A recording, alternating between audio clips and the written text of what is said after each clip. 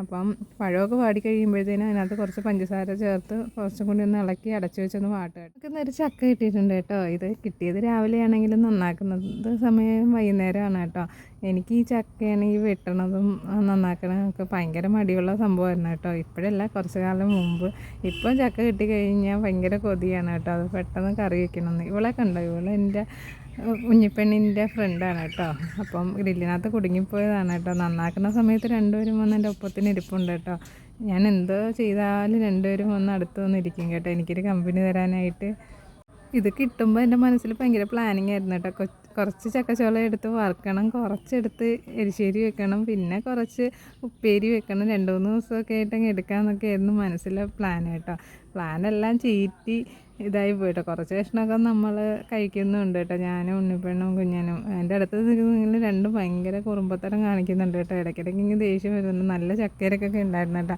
വെട്ടിപ്പൊളിച്ച് നന്നാക്കി തുടങ്ങിയപ്പോഴാണ് മനസ്സിലായത്. ചക്ക നന്നാക്കി ലാസ്റ്റ് ആയപ്പോഴാണ് മനസ്സിലായത് ഇതിനകത്ത് കറി വയ്ക്കാനുള്ള ചക്കച്ചുളയൊന്നും ഇല്ല, ഞങ്ങൾക്ക് കഴിക്കാനുള്ള ചക്കച്ചുള ഉണ്ടായിരുന്നുള്ളൂ കേട്ടോ. അപ്പോൾ അതെല്ലാം തൂത്ത് ഇറക്കി ഞാൻ മുറത്തിലിട്ട് വെച്ചു. അപ്പോൾ ഉണ്ണിയൊക്കെ എന്തോ പാപ്പം ഉണ്ടാക്കുമെന്ന് നോക്കിയപ്പോൾ 2 പഴം ഉണ്ടായിരുന്നു കേട്ടോ. അപ്പോൾ ഞാൻ വിചാരിച്ചു ബനാന ബോൾസ് ഉണ്ടാക്കാമെന്ന്. അപ്പം ആദ്യമേ തന്നെ പാനിൽ നെയ്യ് ചേർത്തിട്ടുണ്ട്.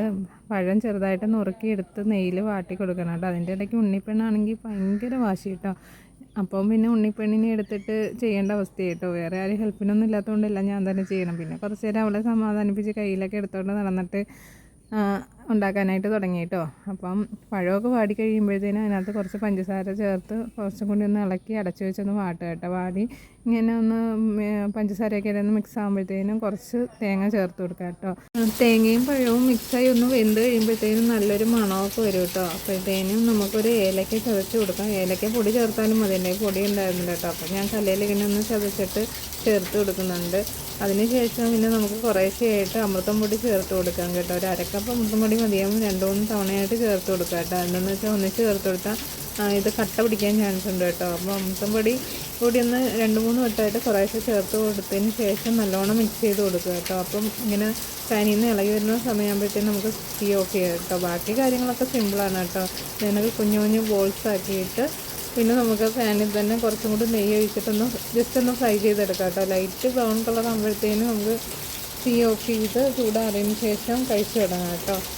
അമൃതം പൊടി വീട്ടിലുള്ളവരാണെങ്കിലും അമൃതം പൊടി കഴിക്കാത്ത മക്കളുള്ള അമ്മമാരൊക്കെ ഉണ്ടെങ്കിൽ ഇങ്ങനെയൊക്കെ ഒന്ന് വെറൈറ്റി ആയിട്ട് ട്രൈ ചെയ്ത് കഴിഞ്ഞാൽ ഏത് കഴിക്കാത്ത കുട്ടികളുണ്ടെങ്കിലും പടപട കഴിച്ച് തീർത്തോളൂ കേട്ടോ. ഇത് ഞങ്ങളുടെ വീട്ടിൽ എല്ലാവർക്കും ഇഷ്ടമാണ് കേട്ടോ. ഞങ്ങളെല്ലാവരും ഇത് കഴിക്കാറുണ്ട്. പിന്നെ എൻ്റെ കുഞ്ഞമ്മോനാണെങ്കിൽ ഇത് കാർട്ടൂൺ കണ്ടുകൊണ്ടിരിക്കുന്നതുകൊണ്ട് ഈ വക സാധനങ്ങളൊന്നും കൊടുത്താൽ വരത്തില്ല കേട്ടോ. പക്ഷേ ആൾ കുറേ നേരം കഴിയുമ്പോൾ ഒന്ന് കഴിച്ചിട്ടുണ്ടായിരുന്നു കേട്ടോ. ഞാൻ ഫസ്റ്റ് കൊടുത്തതിന് പോകുമ്പോഴാണ് ആൾക്ക് സൂപ്പറായിട്ട് ഇഷ്ടപ്പെട്ടു കേട്ടോ. പിന്നെ കൊടുത്തതിൻ്റെ ഉണ്ണിപ്പെണ്ണാണ് കേട്ടോ. ഉണ്ണിപ്പെണ്ണിന് ഒരു കാര്യമുണ്ട്, ആൾക്ക് എന്തെങ്കിലും കൊടുത്തിട്ട് ഇഷ്ടപ്പെട്ടിട്ടുണ്ടെങ്കിൽ ആൾ വീണ്ടും വീണ്ടും വന്ന് കഴിച്ചുകൊണ്ടേ ഇരിക്കും കേട്ടോ. കഴിയുന്നത് വരെ അവൾ തന്നെ അത് കഴിച്ച് ഫുള്ളും തീർക്കും കേട്ടോ. അല്ലെന്നുണ്ടെങ്കിൽ ആൾ ആ പരിസരത്തോട്ടേ പിന്നെ വരത്തില്ല കേട്ടോ. അങ്ങനെയുണ്ട്. ഞാനിത് വോയിസ് ഓവർ കൊടുക്കുമ്പോൾ ഇവിടെ നമുക്ക് നല്ല മഴയാണ് കേട്ടോ. അപ്പോൾ ഡിസ്റ്റർബൻസ് ഉണ്ടെങ്കിൽ എല്ലാവരും ഒന്ന് ക്ഷമിക്കുക കേട്ടോ. അങ്ങനെ സംഭവം പടാന്ന് കഴിഞ്ഞു കേട്ടോ. അപ്പോൾ അവൾക്ക് കരച്ചിലും തുടങ്ങി വാശിയായിട്ടോ. ഞാൻ പിന്നെ നാളെ കൊടുക്കാമെന്ന് പറഞ്ഞിട്ടൊന്ന് സമാധാനിപ്പിച്ചൊക്കെ ഒന്ന് ഇരുത്തി കേട്ടോ. അപ്പോൾ നമ്മുടെ വീഡിയോ എല്ലാവർക്കും ഇഷ്ടപ്പെട്ടിട്ടുണ്ടെങ്കിൽ ഒന്ന് സപ്പോർട്ട് ചെയ്ത് കമൻസൊക്കെ ഉണ്ടെങ്കിൽ അറിയിക്കാം കേട്ടോ.